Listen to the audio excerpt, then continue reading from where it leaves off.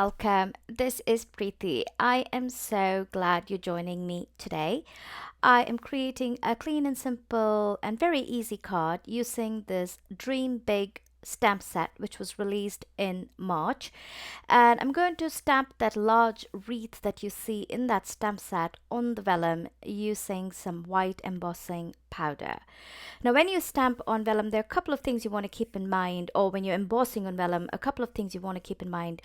One, you want to buy a vellum that is embossable. That means to say the warping, when you hit the heat gun, the warping will be very less. And two, make sure your ink pad, your Versamark ink pad, or any embossing mark ink pad you're using is quite juicy, because you won't be able to see when you stamp it, and even a little bit of shift in the cardstock, you may double stamp it and it won't look nice. So those are the few tips I would say when you're stamping on vellum. Also, make sure your heat gun is nice and hot when you bring it to vellum, so that you can melt it quickly.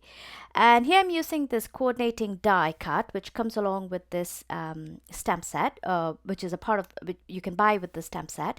And here I was trying to put this die cut, and I couldn't seem to figure out why it wasn't fitting.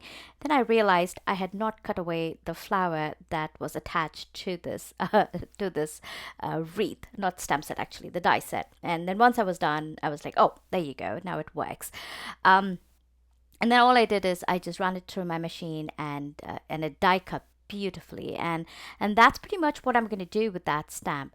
Now I'm going to build the background, and for that I'm using this Altenew artist watercolors, and I'm just using the blues that I showed you, and for that I'm taking a watercolor cardstock here. This is a hot press watercolor cardstock, and I'm just going to spritz the surface with some water and then just drop in this blue color. Now, as I'm dropping in this blue color, I'm trying to make sure that the deepest of the blue is concentrated in the center, and then it's disperses lighter to the edges of the cardstock. Now, as I mentioned, this is a hot press watercolor cardstock. If you are unfamiliar with hot press watercolor cardstock, the reason I use hot press is because the surface is smoother compared to cold press, and that is the only reason why I use hot press. You can definitely use a cold press too. Just keep in mind the cold press water will have a textured surface, whereas the hot press doesn't, and that's the only big difference. Well, when you paint as well on a textured cardstock, sometimes the paint tends to get into those crevices and it creates its own beautiful texture. So that's another thing when you use a cold press cardstock, which you may not get it in a hot press cardstock. Now, I wanted the surface to be smooth because every other surface that I'm using is smooth. The vellum is smooth and the base is also going to be smooth, and that's why I chose hot press. And here you can see how I've build that blue color from the bottom up. So you start off light and you keep adding and making it darker and darker. And between each of them, I'm also trying to heat set it because I want that organic way of drying. I want that the watercolors to dry immediately in that in its own little spread. I hope that makes sense. And once everything was done and it was dried up, I just took some white gouache and splattered it onto this. Again, keeping that most of the splatter to the center where that concentrated blue is. And then here I believed I heat set it, but you will see what happened eventually. And because my idea is to use that wreath on top of it, and here I've taken a craft cardstock, and as I said, because the watercolor I used so much of water and heat gun, it was quite warped, so I wanted to add some foam adhesive behind it to make it nice and flat and stable. And this is when I realized that the white paint had not yet dried, and you can see all that white paint on the surface. But when I looked at it, I kind of liked that smushy feel of that white paint on it. So I continued doing what I was doing, added the foam tape behind it, and then I just went ahead and adhered it to the center of the card panel, or the note card, the craft note card.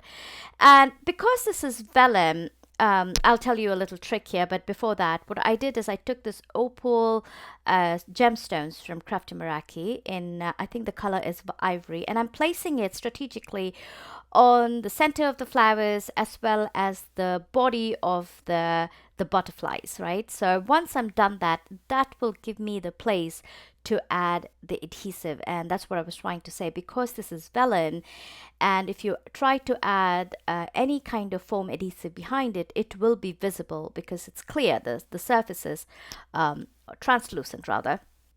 So in order to hide that the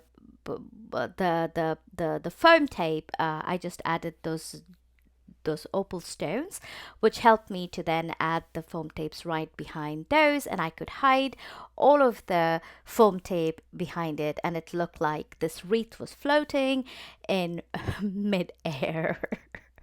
I hope that makes sense. I just wanted this card to look very dreamy, and you can see how simple and easy it is.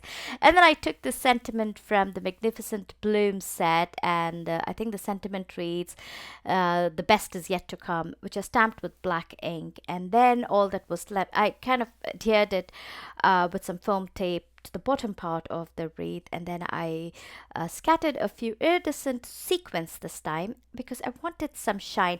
Again, as I said, the in reality, this card really looks so dreamy with all those blues and whites and the sparkle. You can see how that iridescent sequence sparkles, and here you can see how it's sparkling. And that's pretty much the card. Isn't that easy and simple? And I thought it packs a punch, don't you think? And here is the finished look. And if you like this video, give us a thumbs up, subscribe to the Crafty Meraki channel, and I will see you next time. Bye bye.